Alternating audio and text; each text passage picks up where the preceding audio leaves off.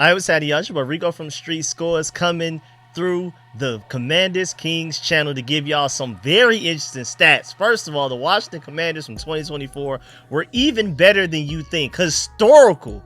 Also, Terry McLaurin and Laramie Tunsil are elite at what they do. We're going to dive into that. Also, is Jayden Daniels slated to win MVP this upcoming season? We have a lot of random stats to break down. Like the first 80% of stats are going to be Commanders based, and I have like another 20% that I feel like y'all should be aware of for the remaining part of the video as well. And before we get into everything, make sure you still follow that like button, still follow the subscription button, still follow the bell next to that subscription button so you get notification each and every time that any of us release informative and opinionated videos on this Commanders Kings channel. Make sure you subscribe to everybody, of course, too. Louie T, Rio Robinson, and Oliver, man. Make sure you follow all of our channels, all of our social medias, and make sure you pull up every week Wednesday night for the live streams breaking down everything Commanders every single week, every Wednesday night at 8:30 p.m. So make sure you stay tuned. Without further ado, let's go ahead and dive into this video right now. We got some crazy stats to get into. Let's get it.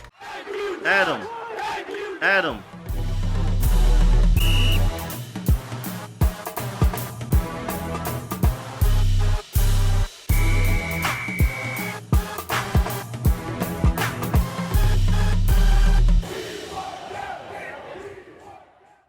Alright, so first of all, shouts out to Brett Coleman for this tweet right here. I thought this was really interesting. Before we even get into all of the Commanders stuff, but this does apply to the Commanders, I'll wrap it back around and show you how it relates to the Commanders, how it affects us. So as you can see on the screen right now, comparing 2015 to 2025, top of the quarterback market went from 15.4% of cap space to 21.5%. Wide receiver wise, it went from 11.3% of cap space to 12.5%. Then left tackle went from 8.5% to 9.9%. Then right tackle went from 4.9% to 10.1%. That's a really big jump. And then also the sum of those spots from 2015 went from 40.1% of the cap space to 2025. Those positions taking up 54% of the cap space. We're not talking about like a flat amount, like millions of dollars. We're talking about percentages.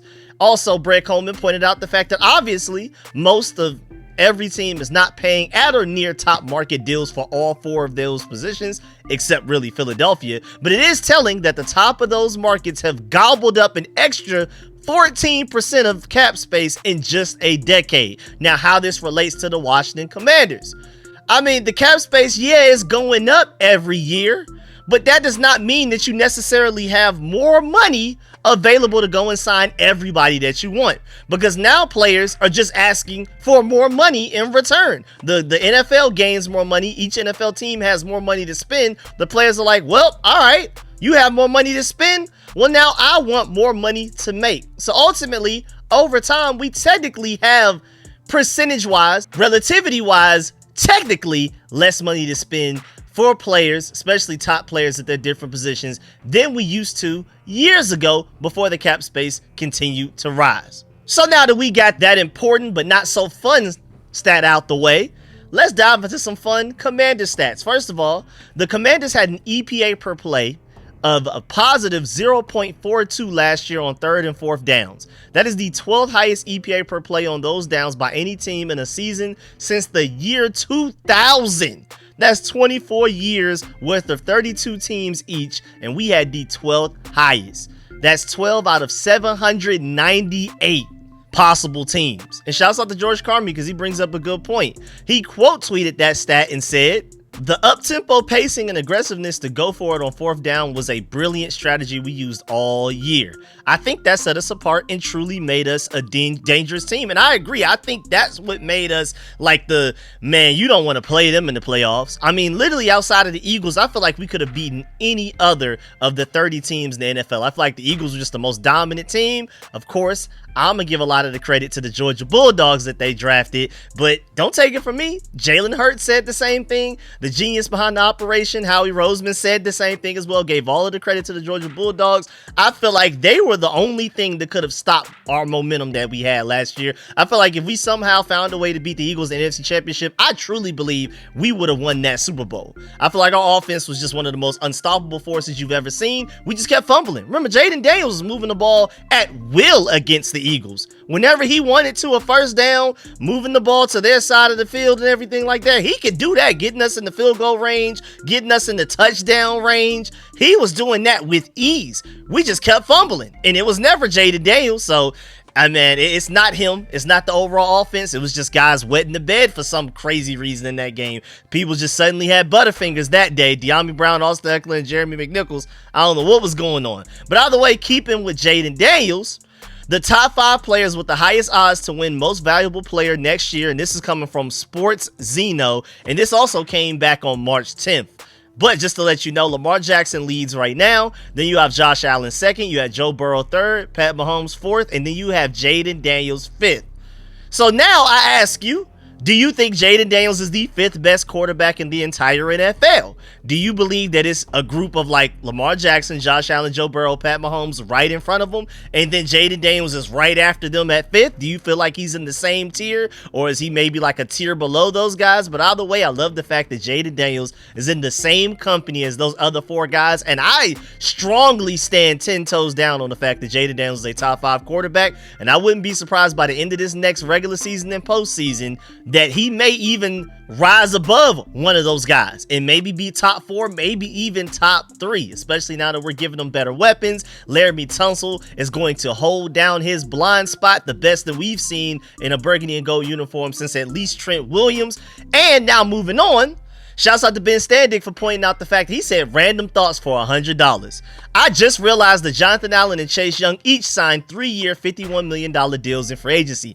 Did not notice that. I did not connect the dots. That is really interesting. Technically, Jonathan Allen signed for like up to $60 million when you include incentives, but that's really crazy that both of those guys signed deals not only for that much money, but most notably, especially in Jonathan Allen's case with his age, that he signed a 3-year deal. I don't feel like people really like paid attention to the fact that Jonathan Allen got a 3-year deal, especially after a torn pec injury. But I'm not too mad at the Vikings because he did look really good in that Lions game after the pec injury. He didn't look as good against the Eagles in the NFC Championship, but maybe the Vikings just rewatched that Lions game over and over again. And hey, man, if you believe you can get that version of Jonathan Allen on a consistent basis, then hey, 3-year, $51 million may actually be a steal. I just highly doubt that he'll be able to give you that consistently because we've been hoping for that since like 22.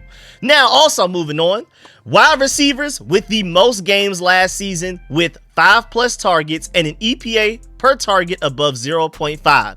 Garrett Wilson 8, tied with AJ Brown, Devonta Smith, and Darnell Mooney, all with 8.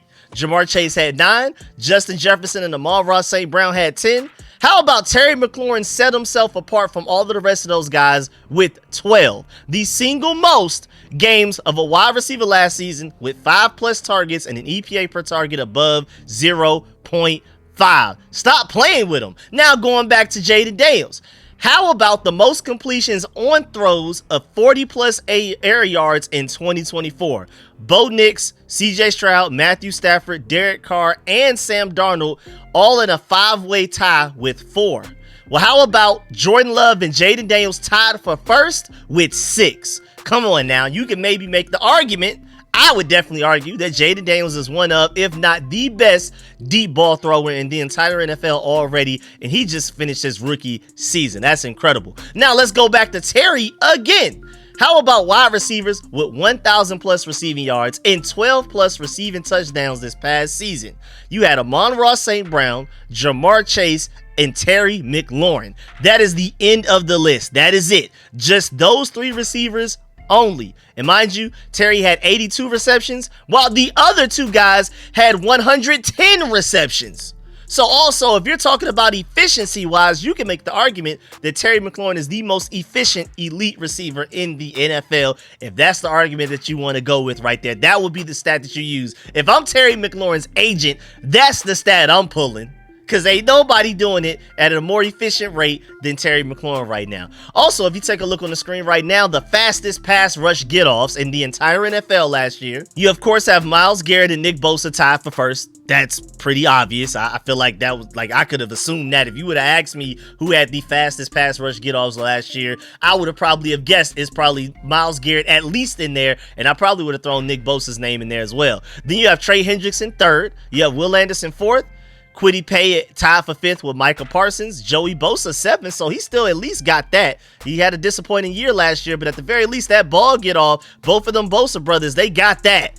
Then you have Max Crosby tied for eighth with Aiden Hutchinson and our very own Dorrance Armstrong, which is why I brought this up. And again, Dorrance Armstrong showed you some serious potential and talent in the playoffs. If we can get playoff Dorrance Armstrong consistently throughout an entire regular season and postseason run, we could really be dangerous, especially with the fact that compared to all of these guys, everybody else basically on this list other than Kwity Paye, I believe, Dorrance Armstrong's getting paid pennies compared to these guys. And again, it wasn't all season, but in that playoff run, especially against the Lions, he showed you some elite Ben, like, where has that been all season type of stuff? If that's who he truly is moving forward, hey man, we really may have something going on here, because he's tied for eighth out of the entire NFL in ball get off. Then you add that Ben, if he could add some run stopping and edge setting to him, hey man, we may have huge value right there for one of our starting edge rushers. And then also, I already showed y'all this in another video, but just to remind y'all, Terry McLaurin's run with his wide receiver twos next to him have not been pretty. As y'all can see on the screen right now, 2019 you had Kelvin Harmon with 365 yards, 2020 you had Cam Sims with 477, 2021 you had Adam Humphries with 383. I forgot he even existed. That was a fun experiment. Then 2022 and 2023 you had Curtis Samuel, who were the best by far, just by himself compared to any other person you see on this list of guys, with 656, 613 separately, 2022 and 2023 from Curtis Samuel. And then in 2024, even though Zach Ertz was technically the second leading receiver on the team, but he's a tight end, not a wide receiver, you have Olamide Zaccheaus with 506, which is why Deebo Samuel is so important, and why I believe Noah Brown being able to stay healthy throughout an entire season is going to be very important as well. I'm excited to see what this chart looks like after the 2025 season. I'm hoping Deebo Samuel can at least crack 700-800 and at least surpass Curtis Samuel. Now, also moving on, if you look on the screen right now, man, shouts out to that boy Quan Martin, man. We're taking a look at the fewest receptions over expected when it comes to safeties and split safety shells from last season. You had Justin Reed at a negative 4.3 RECOE, who's first. You have Ardarius Smith second, Malik Mustafa third, and then you have Quan Martin fourth, and that's some great company to be in. That's also a great stat, so shouts out to Quan Martin, man. That, and when it comes to those advanced statistics, man, Quan Martin and Noah Benogany be holding it down, man. They be looking real good when you pull out them very specific advanced stats. When you're looking at one particular really specific thing, them boys be hooping. Speaking of hooping, shouts out to Laramie Tunsil, as you can see on the screen right now. For offensive tackles with the lowest allowed pressure rates over the past 3 seasons, you have Tristan Wirfs number 1 with 2.3%, and then Laramie Tunsil is immediately second at 3.2%.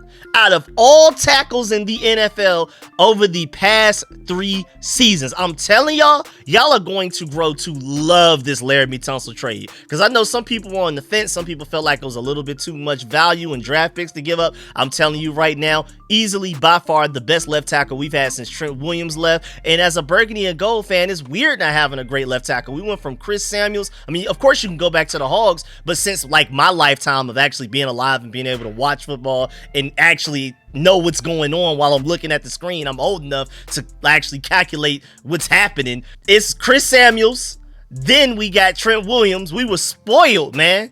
And then we just had this weird gap since Trent Williams left in a trade to the 49ers. Adam Peters was a part of that trade to bring him to the 49ers when he was there with those guys. Then it was just this weird period of like, whoo, boy. And then you had Laramie Tunsil.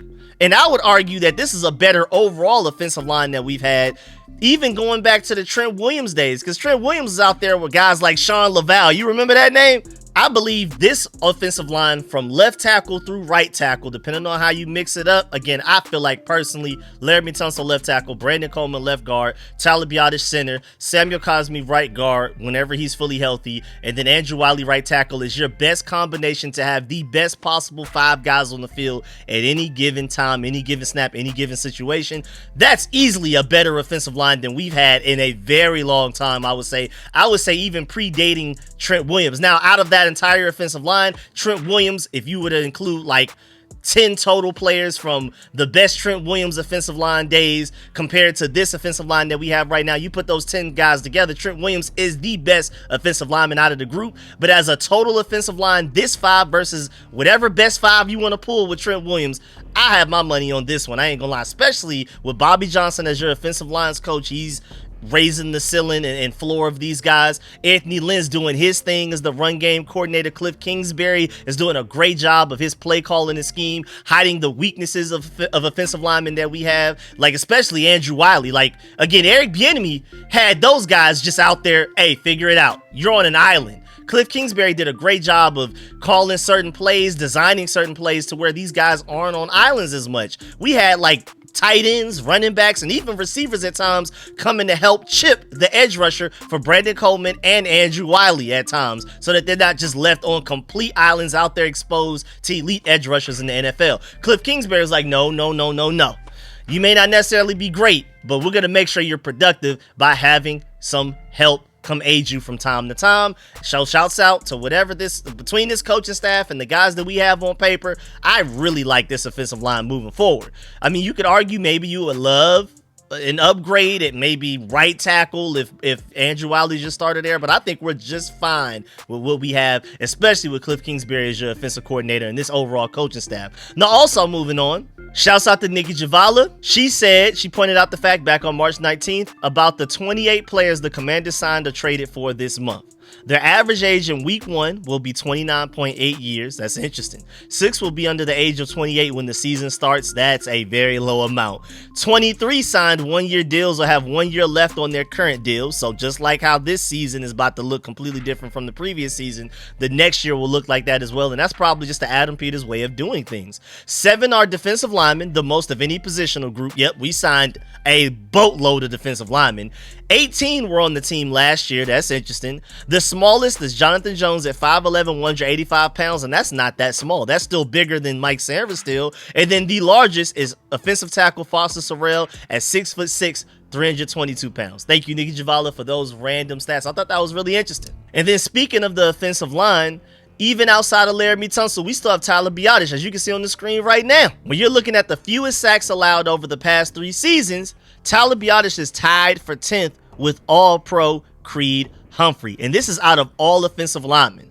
Guards, tackles, centers, anybody, all offensive linemen in the NFL, Tyler Biadasz is tied for 10th with 5. So, hey, man, you can make an argument just off of this chart alone that Tyler Biadasz is not only a top 5, top 10 center, he's a top 10 offensive lineman in the NFL. Really interesting. Also, moving on, and pretty random, but still technically pertains to the Commanders. I feel like this is deliberate by Dan Quinn and Adam Peters, that they are not going for any BS or any off the field concerns or issues right now. And this even goes back to the Ron Rivera era, because remember, we hired him for the culture. And you're looking at total player suspensions in games since 2020. Now, granted, the Lions, a lot of theirs came from gambling. And I'm pretty sure most, if not all of our 6 came from gambling, at least like 4. I mean, how do we count Shaka Toney, who was like suspended indefinitely for his? I don't know how that technically goes there. Maybe they don't count his because maybe they assumed he probably wouldn't make the roster anyway. So maybe that's why. But either way, you see us right there towards the bottom 6th. The only teams with less than us were the Chargers with 5, the Jets with 4, the Bears with 3, the Bengals with 3, and then surprisingly, the Eagles have no suspensions.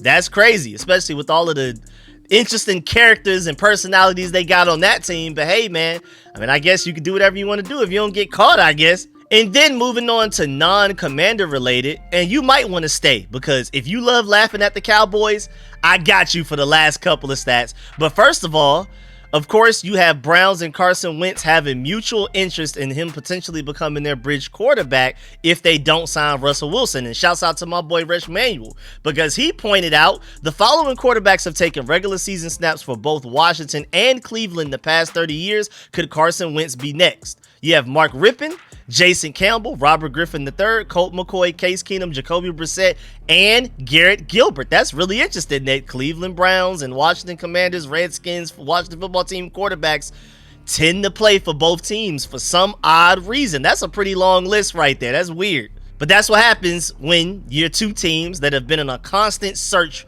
for a franchise quarterback for who knows how long, really, at this point. It's been a long time coming. Thank goodness we got our Jayden Daniels. I don't know what the Cleveland Browns are going to do.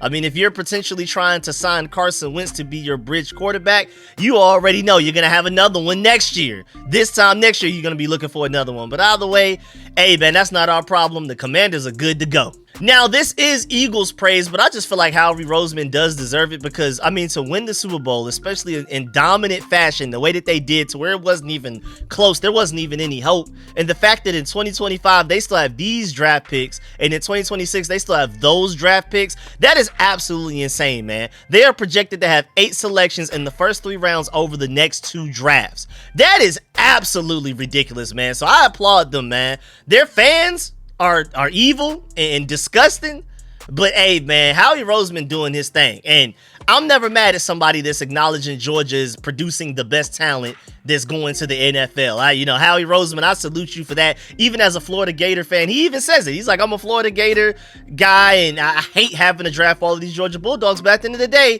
they put in work. These guys are different, and they're the reason that we just won a Super Bowl. Speaking of Georgia, you know what I'm saying, while we're here and talking about it, thanks for asking. From NFL front 7 sacks by college since 2000, Georgia is killing everybody, absolutely dusting, lapping everybody else with 1,004. Second place is Ohio State with 715. Then you have those sorry little Florida Gators down there with 698.5. Then you have Florida State, sorry selves. You have USC, sorry selves. And then everybody else I'm cool with. Like, yeah, Ohio State, competitive.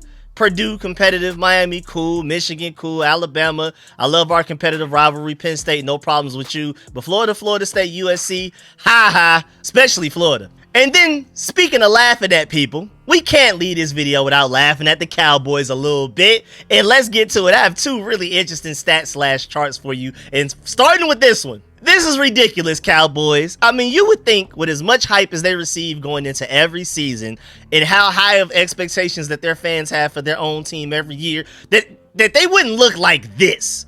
I mean, it's really nothing for me to even say here. Just know that the Cowboys are the saddest team in at least the NFC right now, with the longest drought from reaching the NFC Championship of any team out of the entire conference. It's not even close. They're more than double the next team, the Chicago Bears, with 14, since the Cowboys have 29. And hey, shouts out to the Commanders, because with 0, we were just there last year. And that's actually crazy too, because looking at it, I mean, the Lions and the 49ers were just the 2 teams playing in the NFC Championship last year, and neither of them made it to the one this year, which is really interesting. I'm curious as to, like, looking back and seeing, like, how going to the year before, how many times neither of those teams make it to the next one. And then another reason to laugh at the Cowboys. Shouts out to Dove Kleiman for this one. He did like a whole team franchise quarterback ranking tier maker chart thing. And look at the Cowboys, man. Because if you ask a lot of Cowboys fans, they would definitely disagree. And I ain't gonna lie, you gonna have to take Trevor Lawrence and that Jaguars one up out of there at that top, man. That's ridiculous. Y'all gotta move that out. I would easily replace Matthew Stafford of the Rams and Baker Mayfield of the Buccaneers over the Jaguars. So that's interesting. That's just going purely off of talent, I guess. But hey, man, shouts out to the Cowboys, because you would swear, especially by how much money they're paying him, that he wouldn't be at that tier below. But hey, man, it is what it is. Cowboys. But yeah, man, that's the end of this video. Please get in the comment section. Let me know if about everything discussed in the video. Please still farm that like button, still farm the subscription button, still farm the bell next to that subscription button so you get notification each and every time we release videos on this Commanders Kings channel. And you're notified every time we live stream stream again every Wednesday night. Of course, let me know in the comment section how you feel about all of these stats. Do you agree or disagree with any of them? What are your takeaways from them? Do you agree or disagree with any of the points that I made? Do you enjoy laughing at the Cowboys? Hey, man, how you feeling about my Georgia dogs as well? Make sure you leave a like on the way out. Really appreciate y'all. Make sure y'all stay tuned for more Commanders Kings content from me, Street Scores. You have Louie T, Rio Robinson, Ed Oliver, all of us, man. I'm going to catch y'all later. Appreciate y'all. I'm out.